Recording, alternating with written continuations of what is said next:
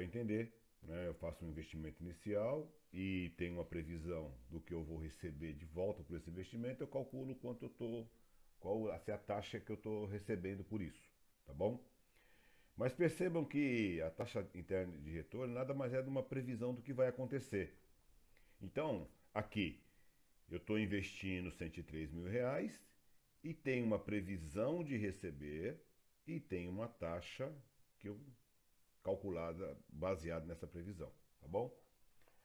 Só que as coisas não são sempre exatamente como a gente imagina, porque tem o problema da inflação, né?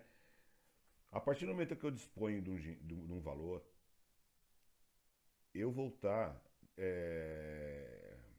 correndo o risco, né, de que essa taxa não seja tão atrativa dependendo do que acontecer com a economia do país, né? A inflação influencia muito, né? Então, por exemplo, esse aqui é o retorno esperado por esse investimento. Mas qual que é o real que eu estou recebendo? Eu vou ter que abater a inflação daqui, tá? Porque se a inflação for muito alta, eu posso até tomar prejuízo, né? Imaginando uma situação mais complicada, tá bom?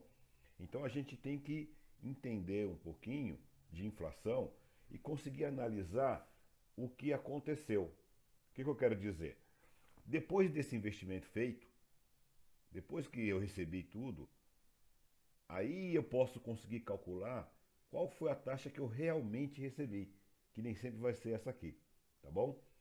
Porque vai ter o problema da inflação, tá? Então eu levaria esses valores todos para o valor futuro, por assim dizer, né? Então eu teria que pegar esse dinheiro, bom, imaginando, tá, pessoal? É bom falar um exemplo, senão fica ruim de entender. Eu fiz esse investimento aqui no começo de 2019, por exemplo, tá? E durante todo o ano eu recebi todos esses valores aqui e no fim do ano eu, né, avaliei essa taxa lá no começo. Mas no final, quanto que deu realmente? Se eu atualizar, pegar esses 103 mil e jogar para o fim de 2019, eu vou saber o quanto ele valeria pela inflação. E aí eu vou calcular tudo que eu recebi e eu vou conseguir uma taxa real, tá bom? Abatendo a inflação. Aí eu vou perceber, vai ser aqui, para que serve isso? Serve como experiência para mim perceber se esses investimentos estão sendo vantajosos ou não. O difícil é você prever o que vai acontecer com a inflação. É por isso que na nossa matéria a gente tem que estudar um pouco, tem que estudar a economia do país. A economia do país é a economia do mercado, né? Inclusive da atividade fim da empresa que está naquele momento. Porque se vocês, por exemplo, hoje a economia do país está bem complicada devido a essa pandemia. Mas se a minha atividade for na área da medicina, na área de farmácia, da saúde, eu vou estar bem. Então, nem sempre a gente tem que analisar a economia do modo geral e também a microeconomia, né? Seria a macroeconomia do modo geral e a microeconomia, o meu setor de trabalho, tá bom? Aí eu vou conseguir perceber o quanto pode ser vantajoso ou não para mim aquela situação naquele momento, tá bom? Então por isso que a gente tem que entender de inflação. A gente já falou sobre inflação antes, coloquei aqui de novo, né? No modo geral, que é para a gente começar a relembrar, né? Então, ó, refere-se ao aumento contínuo generalizado dos preços em uma economia. Então, quer dizer, tem que ser contínuo, tá? Não é um pequeno aumento, tá bom? Normalmente é por um período um pouco maior, né? A gente fala sobre inflação de demanda, que quando tem um aumento de demanda, gera inflação. Inflação de custo, quando o produto que eu fabrico, ele é influenciado devido aos custos dos itens que eu utilizo, né? Então, assim, às vezes tem itens que são importados, e assim, itens de fabricação, assim, de um modo geral, dá para entender isso, né? E inflação de inércia, né? Inflação de inércia é aquela resultado do impacto psicológico. Então, quer dizer, porque alguma coisa está aumentando, todo mundo começa a aumentar também, porque entende que tudo vai aumentar. Vira uma coisa meio assim, né? De como se fosse assim, uma epidemia praticamente aí de inflação. Tá? Isso acontece, tá bom? Então queria falar sobre isso com vocês e demonstrar um pouquinho essa parte da inflação um pouquinho na prática aqui, tá? Eu vou mandar o link para vocês conseguirem acessar Esse aqui é o site do Banco Central, que a gente consegue calcular qual foi a inflação de períodos anteriores, né? Tá bom? Um exemplo aqui pra gente, ó. Então aqui, ó. Esse é o site, tá? Vou mandar esse link para vocês. Então, o que é inflação? É um índice de correção, tá bom? Esse exemplo aqui é o IGPM. Esse IGPM ele é muito usado, ó. Tá vendo que tem vários índices? Todos esses são cálculos, ó, INPC, IPCA, tá bom? O IGPM é da Fundação Getúlio Vargas, né, que vamos usar como exemplo hoje. Então, e são índices, são pacotes, índices de correção de preços. Então, quer dizer, a Fundação Getúlio Vargas faz pesquisas, verifica qual foi a correção dentro daquele pacote que ele se propõe a analisar e determina o índice, tá bom? Cada índice desse é formado por vários itens, tá? Por exemplo, o FIP aqui, vocês devem, o pessoal que tem que compra carro, que mexe com carro deve lembrar da tabela FIP para preço de carro, tá? Pesquisa de preço de carro e assim vai, tá bom? Um exemplo, tá? Vamos lá. IGPM. Então, o que precisa? Eu só preciso colocar o período, naquele exemplo que eu comentei, 2019. Então, de janeiro a dezembro de 2019, tá bom? Vamos imaginar 5 mil aqui. Então, quer dizer, 5 mil em janeiro, quanto que ele seria atualizado para dezembro de 2019, considerando a inflação IGPM, que é uma coisa que já aconteceu, a gente consegue calcular, né? Quando eu clico aqui, ele diz aqui, tá vendo? Então, a inflação nesse período foi, ó, 7%, né? E esses 5 mil reais valeriam 5.300. Vamos entender. Então significa o quê?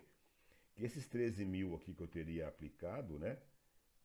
Atualizado pela inflação, eu saberia quanto que ele valeria lá no fim do período e conseguiria aí comparar o quanto que eu realmente lucrei com isso, tá? Essa é a ideia, tá bom? Eu queria falar também que de uma outra opção, porque quando a gente faz um investimento, nem sempre a gente tem aquele dinheiro na mão, tá bom? Vamos imaginar que além de eu estar fazendo investimento, eu tenho que pensar como está a economia, a inflação vai influenciar e às vezes eu também não tenho o caixa na mão ali. Então eu teria que pegar um financiamento para conseguir esses 103 mil e fazer o investimento. E isso é comum, tá, pessoal? As empresas fazem financiamento junto ao banco para investir na própria empresa. Normalmente os bancos eles são favoráveis a emprestar dinheiro quando é para investimento. Porque se você está pegando dinheiro para investir e tem um retorno, aí você vai dividir esse retorno com o banco. Por isso que a taxa cai aqui, ó. Então eu queria falar um pouquinho com vocês sobre a emitir, tá bom? Não vou cobrar muito isso de vocês a nível de atividade, porque é um pouquinho mais avançado, mas é importante vocês conhecerem, tá bom? Então eu vou mostrar aqui um exemplo prático aqui, tá legal? Só um instantinho. Ah lá. Aquele mesmo exemplo da apresentação está aqui, tá bom? Então, aqueles 103 mil, quando eu calculo a taxa interna de retorno, ó, é a TIR, né? Então, veja, né? Eu só analiso o período, a saída de 103 e as 5 entradas, eu calculo, eu acho a taxa interna. Tudo bem? Agora vamos supor que eu tenha que fazer um financiamento, tá? Aí a função já vai ser a emitir, tá vendo? Eu vou clicar aqui, ó, fica melhor vocês visualizarem e entenderem como ela funciona, tá bom? Percebam que é a mesma coisa, que essa parte aqui dos valores que são selecionados, a mesma coisa da TIR, não de B2 a B7, né? Mas aí tem dois itens a mais. Aí, taxa finance, taxa finance. Ó, taxa finance é a taxa de juros paga sobre o dinheiro utilizado no fluxo de caixa. Então é quanto que eu paguei para o banco. Então, estou pagando para o banco me fornecer esses 103 mil reais, né? Eu coloquei aí 17%, a mesma taxa que tinha antes. Aí, taxa de reinvestimento. Ó, é a taxa de juros recebida sobre o fluxo de caixa à medida que esses forem sendo reinvestidos. Vamos, ó que interessante. Eu pego 103 mil reais emprestado para o banco me cobra 17% ao ano. Mas só que eu também recebo a cada período os valores do retorno por esse investimento. Então eu recebo aqui os 30, os 35, os 32, os 28. Esse dinheiro ele pode ser reaplicado, concorda? E, agora, quando eu aplico o dinheiro no banco, a taxa que o banco me paga é sempre menor que a taxa que ele me cobra. Infelizmente, é assim que funciona. Então, esse é o ideal aqui. Então, eu percebo que essa emitir ela é muito útil, porque você calcula a situação real. Tanto o fato de você estar pegando dinheiro emprestado, quanto o fato de você ter a condição de investir aquele dinheiro.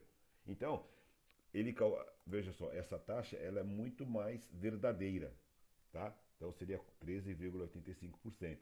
Se vocês perceberem, vamos supor que eu coloque aqui tudo igual, 17 e 17, o que vai acontecer?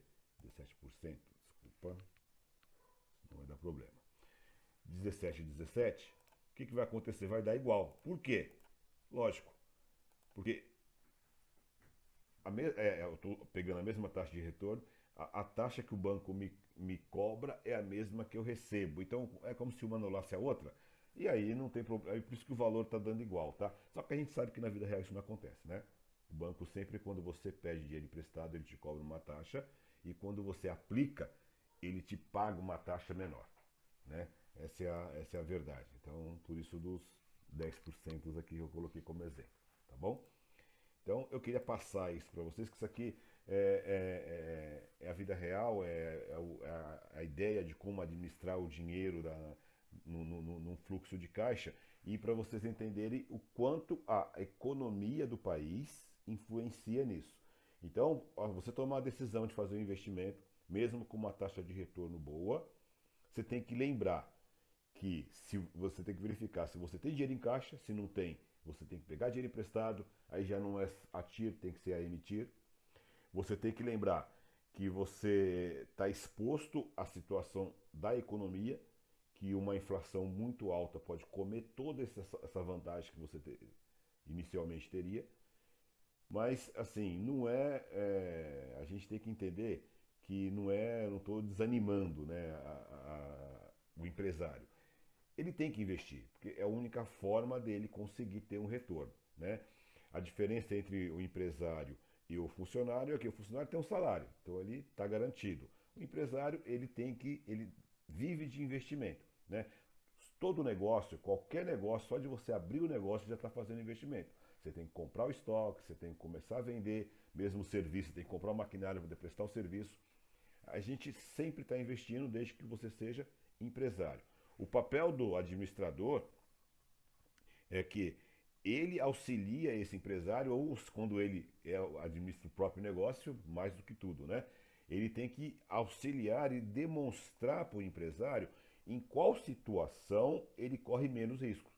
Então tem que analisar a situação da economia, o quanto está investindo, se tem o dinheiro para investir, a taxa, o retorno que ele tem, o quanto ele paga para o banco, né, o quanto que ele vai ganhar com esse retorno que ele pode reinvestir esse dinheiro, e aí você tem um todo, você consegue tomar uma decisão muito mais assertiva, comparando investimento A com investimento B, investimento X com investimento Y, né?